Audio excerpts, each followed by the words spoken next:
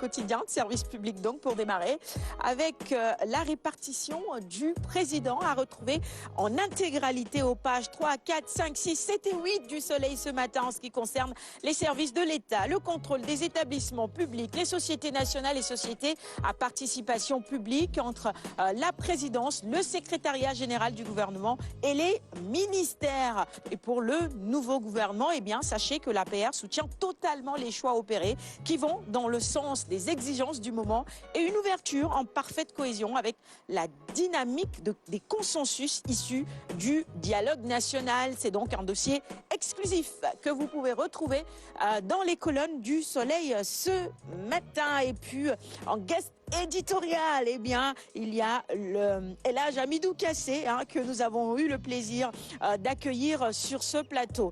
On poursuit la revue des titres du jour avec Réumi Quotidien. Le nouveau gouvernement, nos confrères nous en reparlent. D'autres décrets vont tomber. Le chef de l'État décide de mettre fin au folklore dans les passations de services. Et puis ce chiffre également à la une de Réumi ce matin. Demande d'orientation dans les universités avec 37 256 bacheliers déjà inscrits. On poursuit avec la une du quotidien Libération ce matin. Ce sont des investigations de l'ARTP sur le contrat liant Sénélec et Akilee. Les conclusions donc de la cellule d'enquête à retrouver à la page 3 précisément. Le contrat semble présenter des intérêts économiques réels pour Sénélec et pour le consommateur. Commentaire donc de nos confrères de Libération. Allez, on poursuit la revue des titres, cette fois-ci avec la une du quotidien Le Quotidien. Mercredi 4 novembre, l'afflux des migrants aux îles Canaries avec cette vague déferlante. 228 arrivées notées en 2 jours.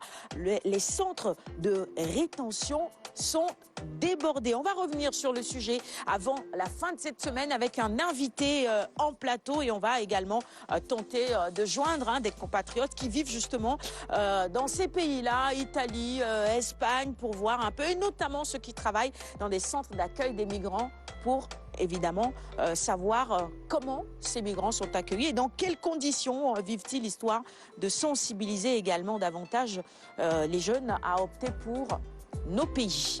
L'Observateur, c'est le quotidien du groupe Futur Média. On nous parle de la rentrée scolaire avec l'ouverture de l'année scolaire 2020-2021. C'est pour bientôt, semaine prochaine. Et pour certaines écoles, c'est déjà fait.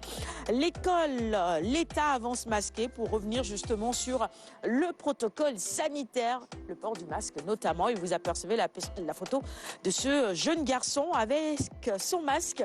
C'est important de continuer à respecter les gestes barrières. Un mois de révision avant le début des cours. On en parlait hier en plateau avec Massamba. Et puis, ça aussi, on l'a abordé. Le chantage financier de certaines écoles privées aux parents d'élèves obligés de payer 3 mois avant de pouvoir réinscrire leurs enfants. Et même quand on veut changer d'école à l'enfant, il faut un certificat de scolarité. Eh bien, pour délivrer ce certificat, certaines écoles exigent évidemment le paiement intégral.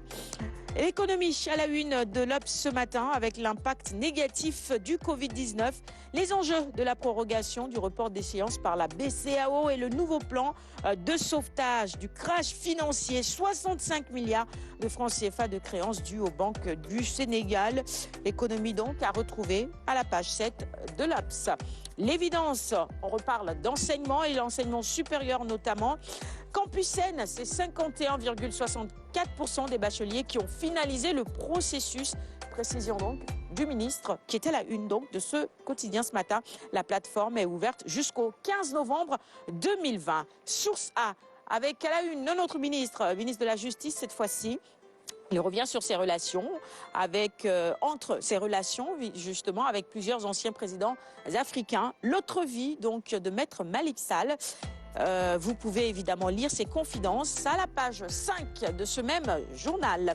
Le sport maintenant avec d'abord Stade, la Ligue des Champions, Barça pour le plein, la Juve pour la relance tout simplement. Paris, déplacement périlleux à Leipzig. Mais bon, Paris est sur une bonne lancée, ils ont gagné leur dernier match. On verra ce que ça va donner au cours de ce prochain match. Le PSG, sans Neymar, Mbappé joue son avenir. Allez, on finit la revue des titres toujours avec le sport, mais cette fois-ci la lutte sous nos lambes. CNG radié par Alioune Sarr vers une grâce des arbitres. Jax qui déclare ceci, ils doivent être réintégrés, ces arbitres-là. Le nouveau président du CNG, eh bien, son nom sera dévoilé demain, jeudi.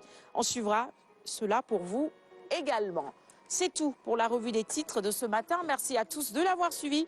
Il est 6h53 sur le plateau avec Kanta. Maintenant, l'autre plateau, évidemment, Ramatoulaye, mais également Dehaïdadia et notre invité de ce matin, le docteur Ngor. Alors, bonjour docteur. Bonjour. Je vais vous offrir les quotidiens de ce matin, mais avant, les gestes barrières, n'est-ce pas ?